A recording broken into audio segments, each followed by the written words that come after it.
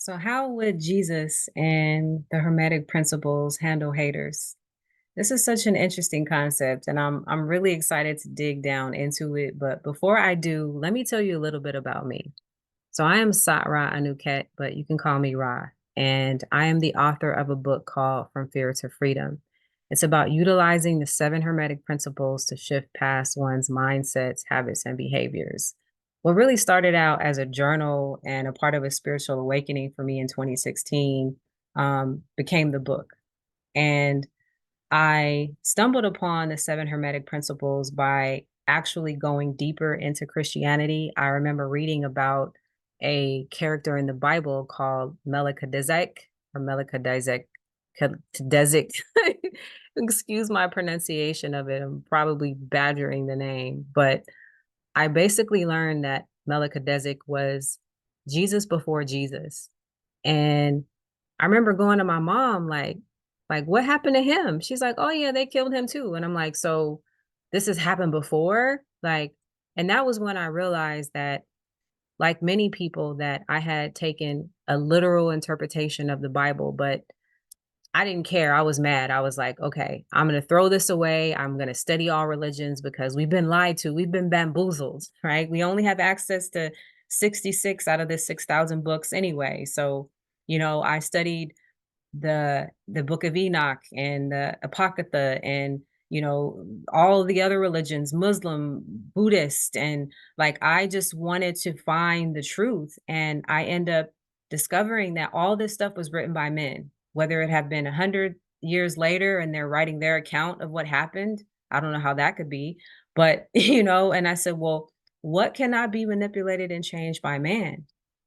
And that is when I feel like universe and spirit revealed to me the seven hermetic principles. And I asked for a relationship with them and them a relationship with me. And that is where I am. Here we are. So, how would Jesus and the hermetic principles handle haters? Well, have you ever met somebody that is constantly talking about haters, like what's going wrong in their life, what somebody's doing, how people are trying to copy off of them, bite them, what the celebrities are doing. Like they are so focused on all this conversation and all this narrative outside of self. Right. They're focused on whether or not somebody liked their thing on social media or how many views they got. Like there's all of this noise, all this creation of thought and energy into haters. And so, therefore, they continue to perpetuate those experiences and have them into their reality. And haters exist because of the Hermetic principle of polarity.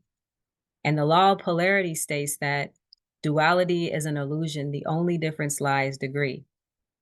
To say this in simpler terms, imagine having a cup of hot water and a cup of cold water. The only difference is that one cup is hot and one cup is cold. And this is why our ancestors believed that duality was an illusion because they knew that it was just both water. And even Bible scripture tells us that about the law of polarity. What is it? Isaiah 45:7. I form the light and I create the darkness. I, the Lord, do all things. I make peace and I create evil. Like if God is the one who's doing it, if God is the one creating the heat, if God is the one creating the cold, God is the one creating the lukewarm, it's all God. So there are no haters because it's all created, it's all coming from the same source. I form the light, I create the darkness. And where do haters come from? Well, in Ephesians 6:12, it says that we wrestle not against flesh and blood, but against principalities. So let's take a step back before we read the rest of the scripture. What is principalities? The word principalities is derived from the Latin word principalis, meaning first importance or chief. And when I think of first importance, I think of the first universal law, the law of mentalism, stating that all is the mind, the universe itself is mental, because consciousness is the only thing that is able to create. When God thought and spoke things into existence, that came from a single thought. And so if I have to be wrestling against principalities, right? Those principalities are my own thoughts, my own against that are working against me, my own rulers of my own darkness of thoughts, of in my inner world, against my spiritual wickedness in high places, the higher places of my mind, that my subconscious mind, that I've allowed to come in and hijack my prefrontal cortex and allowed those things to take over. So the hater, the real enemy, is when your thoughts and your feelings are in opposition with themselves. When you are in opposition with your own inner good, your own inner God, your self opposition is the moment that you fear, the moment that you create doubt, the moment that you create worry, you create more worry. The moment that you create haters, you create more haters. That is where you're creating your opposition, because nothing can come to you, nothing can be imposed upon you or, or opposed within you but your own belief. And Abraham Hicks says that a belief is a thought that you keep thinking. So you want to change your belief, then you just got to change your thoughts. And I get it, right? It's difficult. Like, we feel sometimes like, oh my goodness, like all these things have me down. Like, I'm enslaved by this situation. I'm enslaved by, like, what does Exodus 7:1 say? I have made you God to Pharaoh. And the Reverend Ike metaphysical breakdown of Pharaoh means your problems, your thoughts that enslave you. It's not an actual thing that is enslaving you. And it's easy to get caught up into the darkness of your thought, right? I understand we live in this 3D world where we forget. We forget because we're dealing with unemployment, or we're dealing with singleness, or we're dealing with so many other things that we take it on and we allow it to carry an emotion with us. And so it becomes us. But what is binding us can only bind us as long as we let it. The moment that we decide that we're no longer going to feel that way, that we no longer want to think those thoughts, and we turn away from it, then we will. The challenge is that everything is constantly fighting for our attention.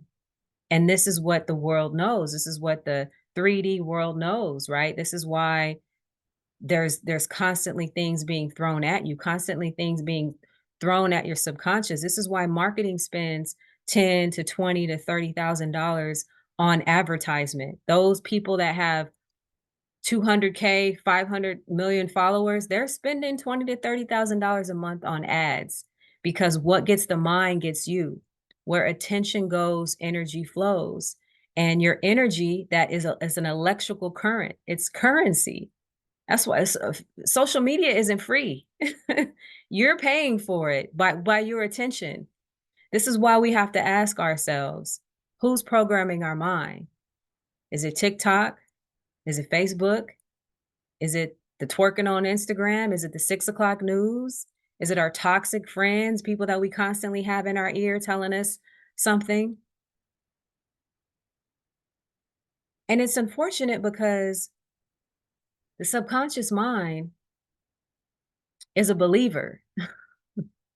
If you're just gonna constantly leave the door open, it's like, all right, come in, right? It just it doesn't matter if it's true or not. If it hears something again and again and again, it takes it and receives it and believes it and stores it in you.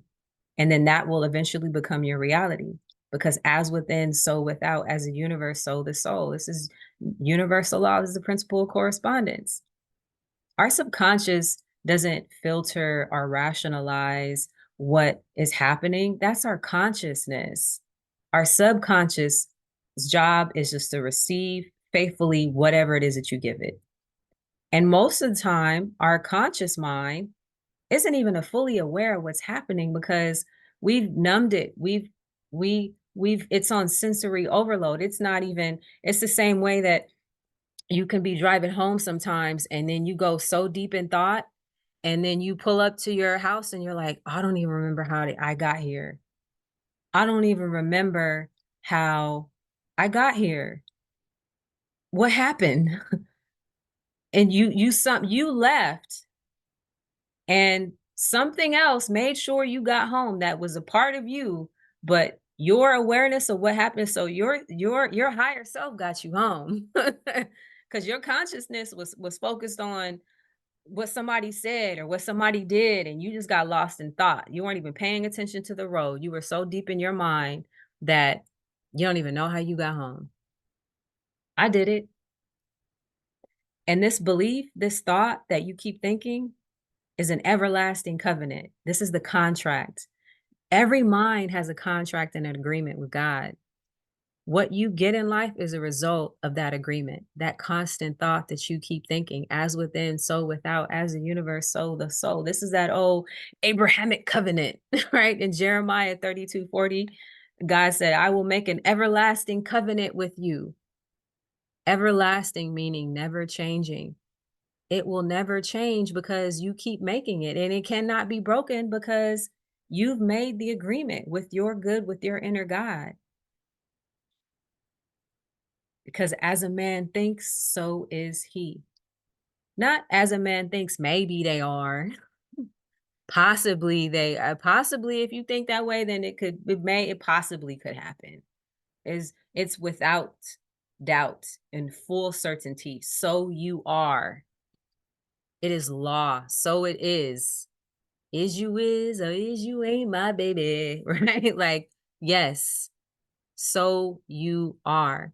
And this is the main terms of the contract, the agreement with God and mind, with thought and mind. Reverend Ike says that God is thought and the Lord is the law by which thought operates.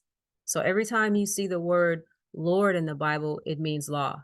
And every time you see the word God in the Bible, it means thought because God is thought and the Lord by which thought operates.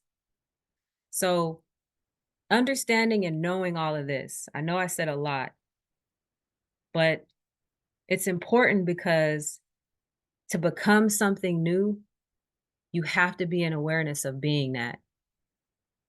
I'm going to say that again. To become something new, you have to be in awareness of that being. Well, what does that mean? Nobody knows what it means. Like, it's provocative. No, it's to be or not to be. It literally is. You either are going to be it, you're already going to be operating from that space, you're going to embrace it, you're going to embody it or possess it, if you will, right? Or you're not. And so it's because the real challenge that we have is that we have to be transformed by the renewing of our own mind because you cannot pour new wine into old wineskins. People that um think that they can change the exterior parts of them or they think that they can fake it until they make it. Like, you can't fake in full frequency. The universal creator, most high consciousness is omnipotent, all-knowing. So it's gonna pull your card all day, every day. And it's so funny because like people think that they can. So it reminds me of those that opt for surgery, and I'm not knocking people that have surgery or bariatric surgery or anything like that, right? But what I found interesting when I was in medical devices was that like the bariatric patients, 35% of those surgeries were unsuccessful. And 35% is statistically significant. Like 35 is low key, like you're getting close to half, almost like 35% of a failure rate of those surgeries because those patients did not change their inner relationship with food, their belief about food. So they could not overcome that. So they just never the surgery was unsuccessful. They would have all kind of complications. And it's like you spend thousands and $20,000, $30,000 for a surgery that is never going to change the problem that you have, the conditioning that you have within your own mind and your relationship to food. your own addiction to a person, a thought, whether it's food or fill in the blank, right? It's an addiction, it's a compulsion that keeps us stuck.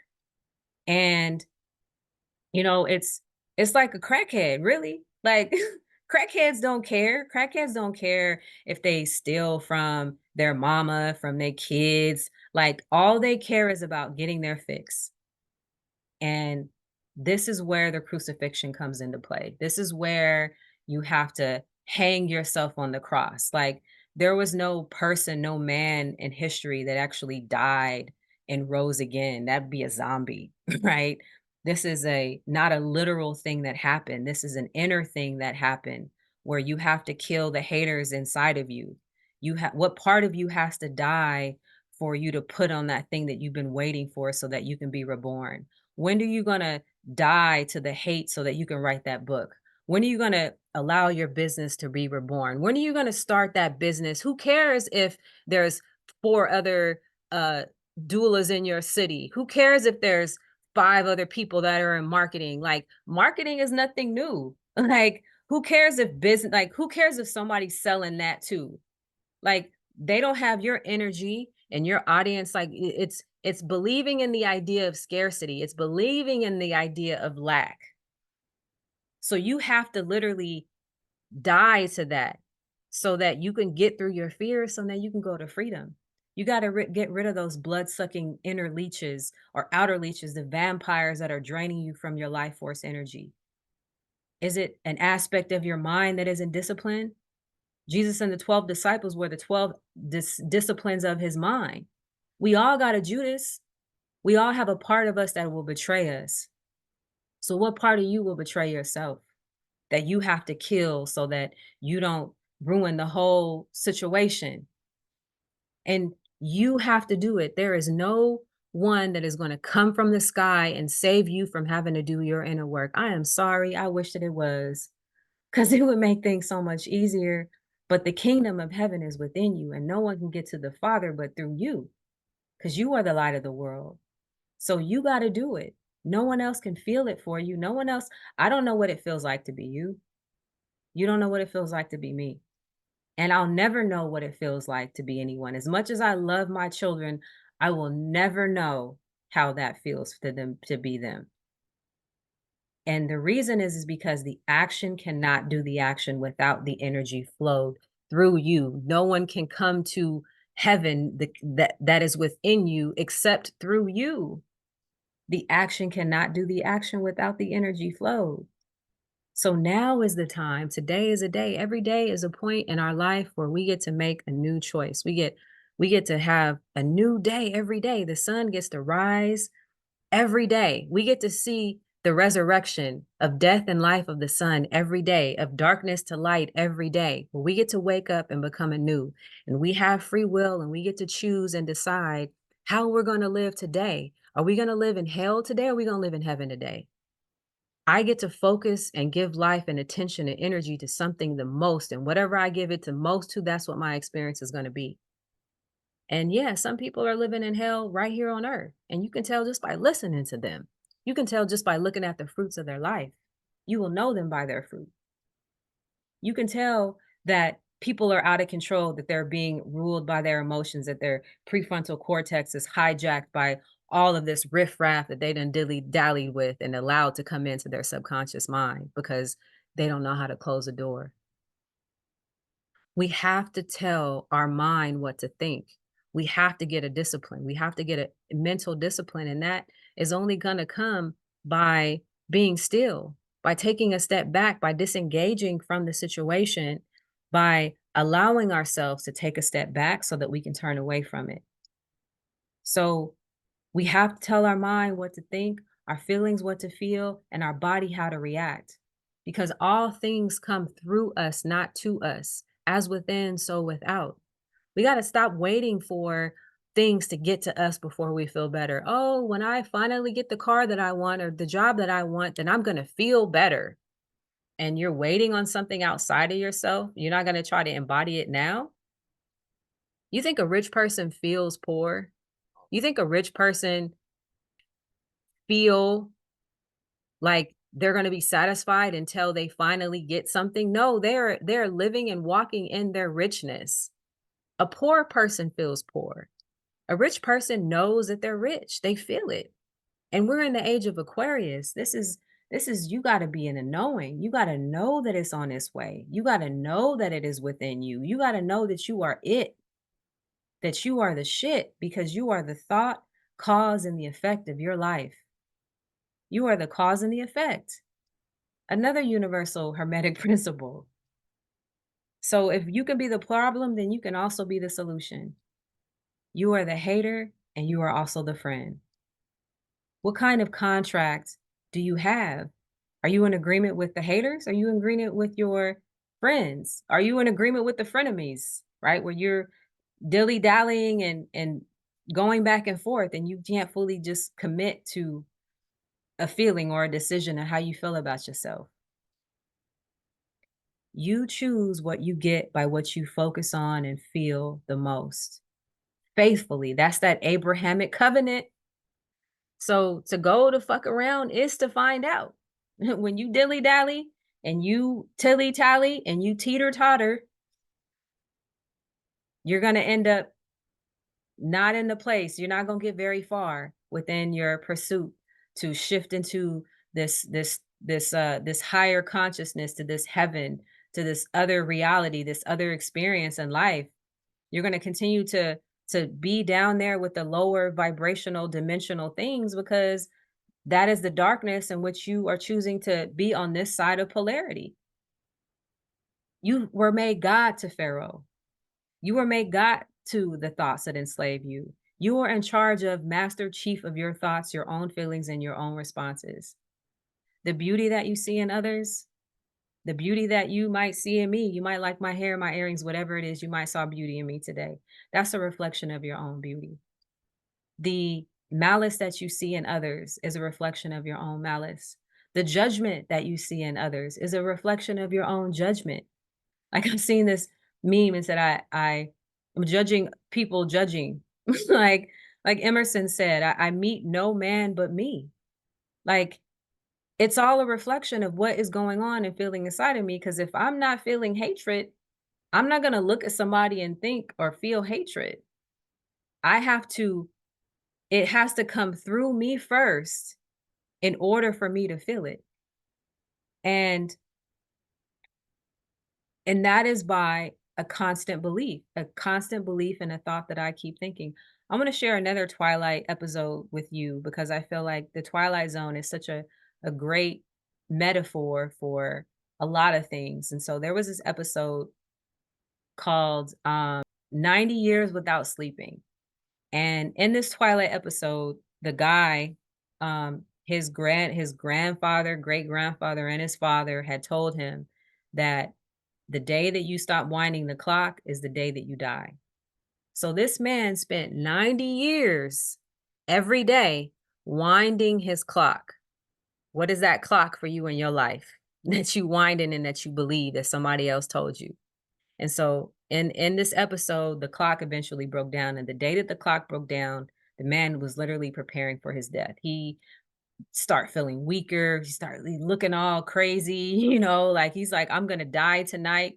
He said he kissed his granddaughter goodbye. She's like, but what are you talking about, Grandpa? Like, I'm pregnant. I'm having a baby. He's like, no, I'm dying tonight. The clock is stop ticking. And she's like, will you stop with all this nonsense? Like, there's nothing physically wrong with you. You're old, but you're in good health. Like, what makes you think you're gonna die tonight? So he goes to sleep, and in his sleep, in his dream, he meets his self.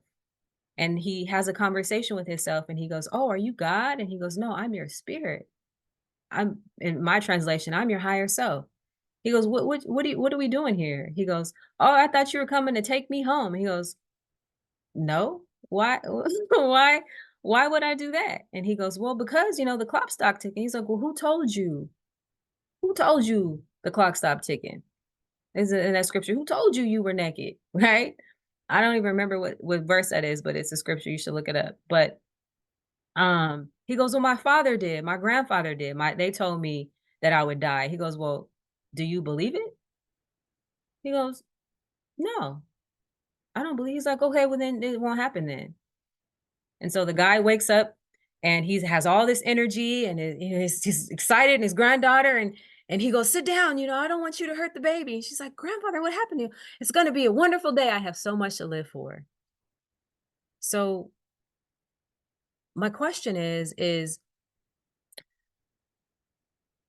who and what have you been winding? What has been your grandfather clock? Because the only hater, the only enemy are the forces that are working against us are those feral thoughts, those beliefs, those oppressed thoughts, those that uncontrolled doubt, that uncontrolled ego, the ridicule that you have, the jealousy, the tyrants of negative thinking. These things keep you down in the sunken place. That crabs in the barrel mentality is what keeps you down. That inner Judas, the aspect of your mind that is not disciplined, it will betray you. And some people might be saying, I can't, it's too hard. Like I've been thinking, how long I've been thinking like this? It is nearly impossible. But God said, Jesus said, fear not, for I have already conquered the world. Because you are the light. You have the life within you. Nothing can separate you from the love of God. And there is a light that shines special for you and me.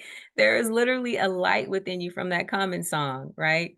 That you have to turn towards, you have to turn away from the darkness and turn towards the light within you. Shed light on your situation. And light equals intelligence. Light equals and symbolizes understanding and knowledge and wisdom and divine guidance. So you have to turn off the noise long enough to hear the God within you. This is why meditation is so important. This is why silencing and quieting your mind is so important so that you can become disciplined. Like the first disciple, Simon, who became Simon Peter, who developed an immaculate hearing only for the good, only for the God, the voice light, the God of love within him. Meditated only on those things. And there you have it. No more haters. Now you in heaven. So thank you so much for listening to me today. If you like what you heard, please be sure to subscribe and like this video, share it with a friend. I will be making more in the near future. Let me know down in the comments what other principle or what other topic you might want to hear from. I'd love to give the people what they're asking for.